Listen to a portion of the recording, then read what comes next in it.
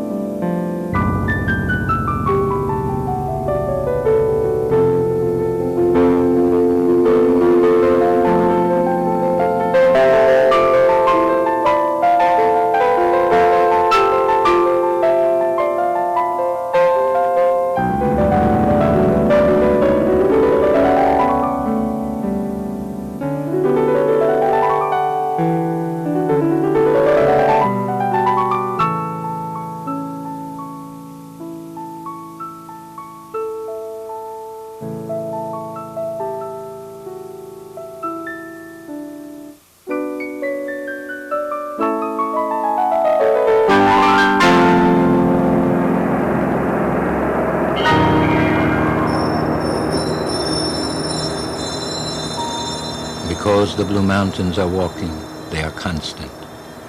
Their walk is swifter than the wind. Yet those in the mountains do not sense this, do not know it. To be in the mountains is a flower opening within the world. Those outside the mountains do not sense this, do not know it. Those without eyes to see the mountains do not sense, do not know, do not see, do not hear this truth.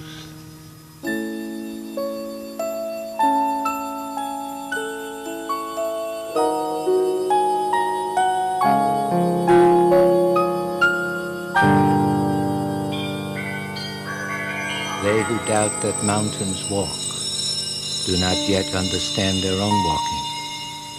It is not that they do not walk, but they do not yet understand, have not made clear their walking. They who would understand their own walking must also understand the walking of the blue mountains. The blue mountains are neither sentient nor insentient. The self is neither sentient nor insentient.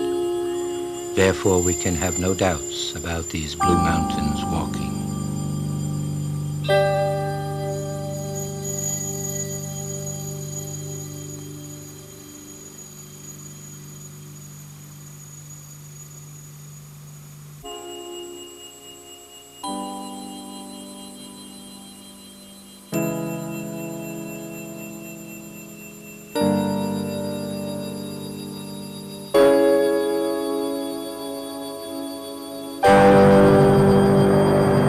Mountains devote themselves to the investigation of walking. The East Mountain devotes itself to the study of moving over the water. Hence, this study is the mountain's own study. The mountains, unchanged in body and mind, maintaining their own mountain countenance, have always been traveling about, studying themselves. Do not slight mountains by saying that the blue mountains cannot walk, nor the East Mountain move over the water. Thus, the accumulated virtues of the mountain represent its name and form, its very lifeblood. There is a mountain walk and a mountain flow, and there is a time when the mountain gives birth to a mountain child. The mountains become the Buddhas and ancestors, and it is for this reason that the Buddhas and ancestors have thus appeared.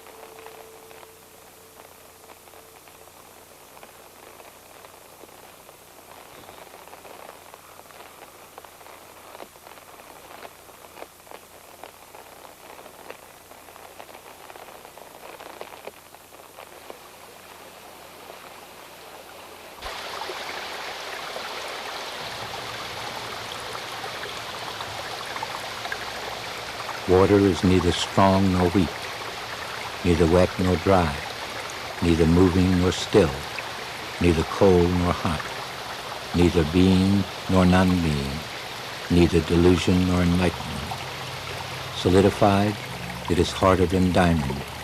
Who could break it? Melted, it is softer than milk. Who could break it?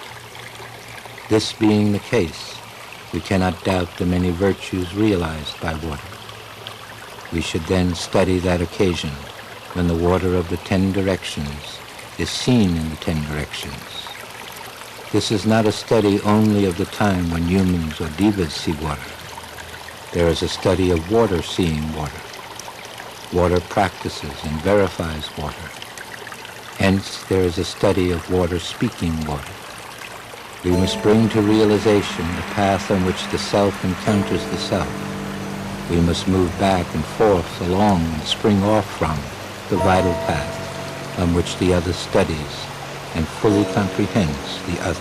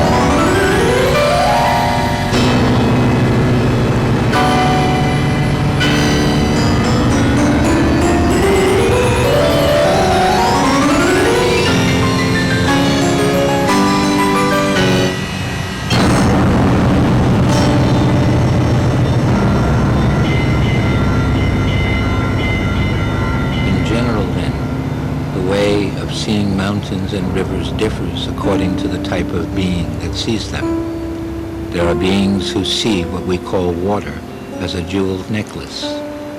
This does not mean, however, that they see a jeweled necklace as water. How then do we see what they consider water? Their jeweled necklace is what we see as water. Or again, they see water as miraculous flowers, though it does not follow that they use flowers as water. Hungry ghosts see water as raging flames or as pus and blood. Dragons and fish see it as a palace or a tower, or as the 7 treasures or the Mani gem. Others see water as woods and walls, or as the Dharma nature of immaculate liberation, or as the true human body, or as the physical form and mental nature. Humans see these as water, and these different ways of seeing are the conditions under which water is killed or given life.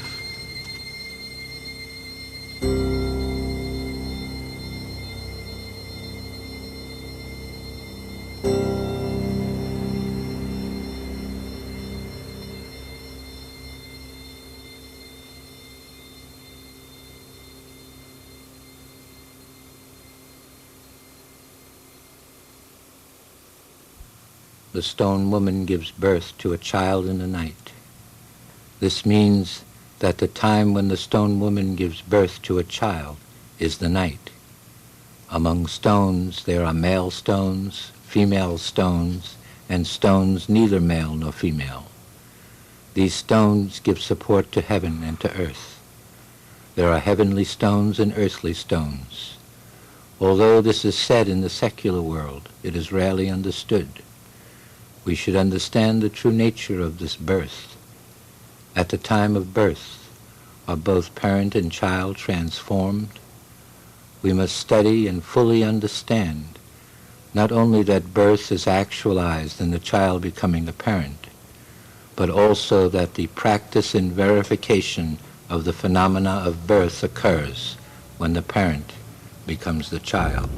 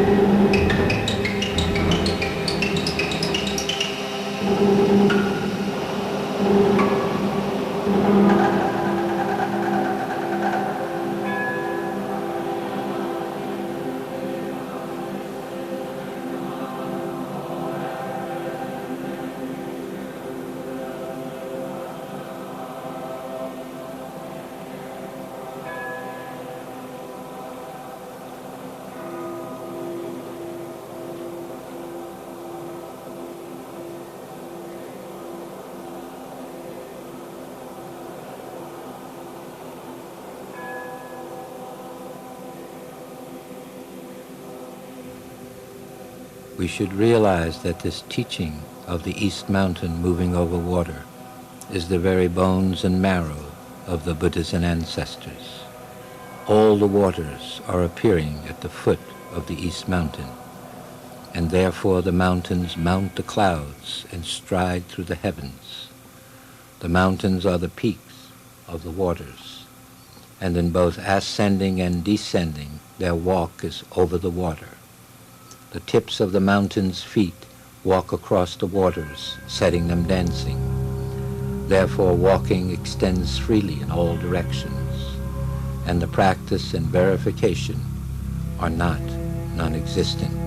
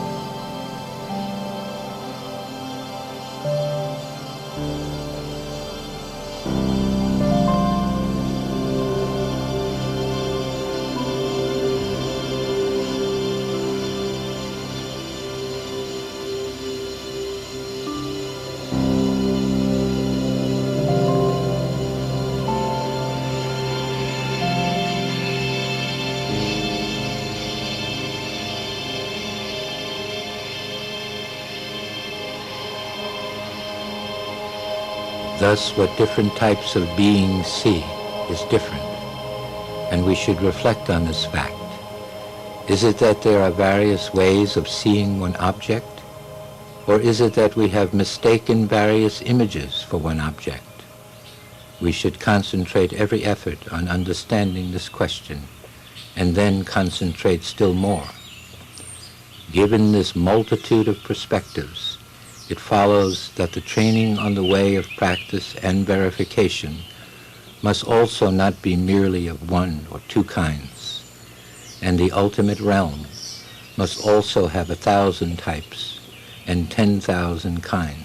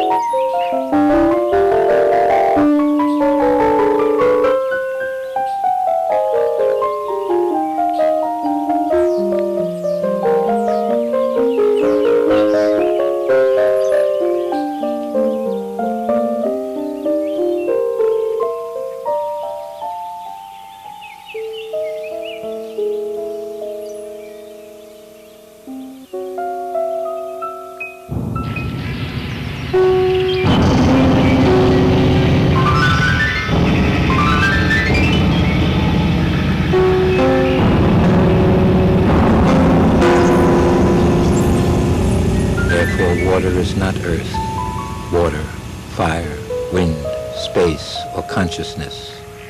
It is not blue, yellow, red, white, or black.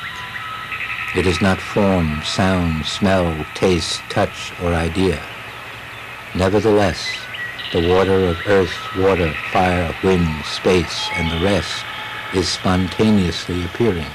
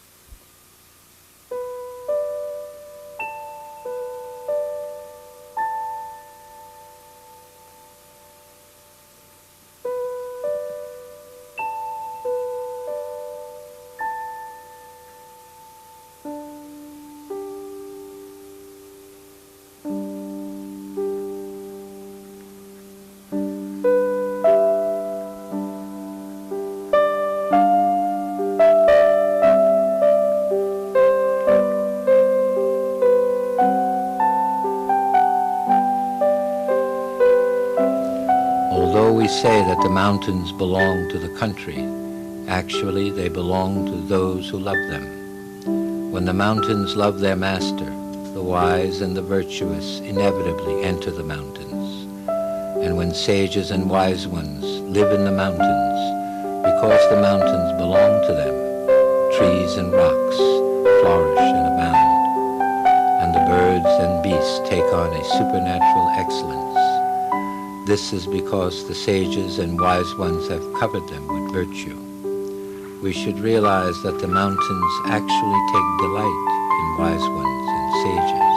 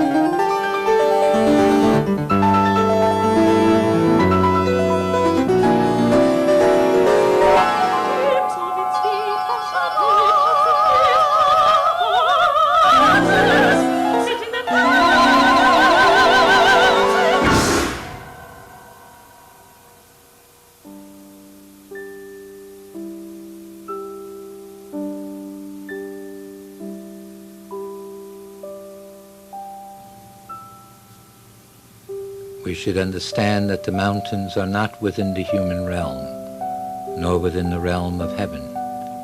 They are not to be viewed with the suppositions of human thought. If only we did not compare them with flowing in the human realm, who would have any doubt about such things as the mountains flowing or not flowing?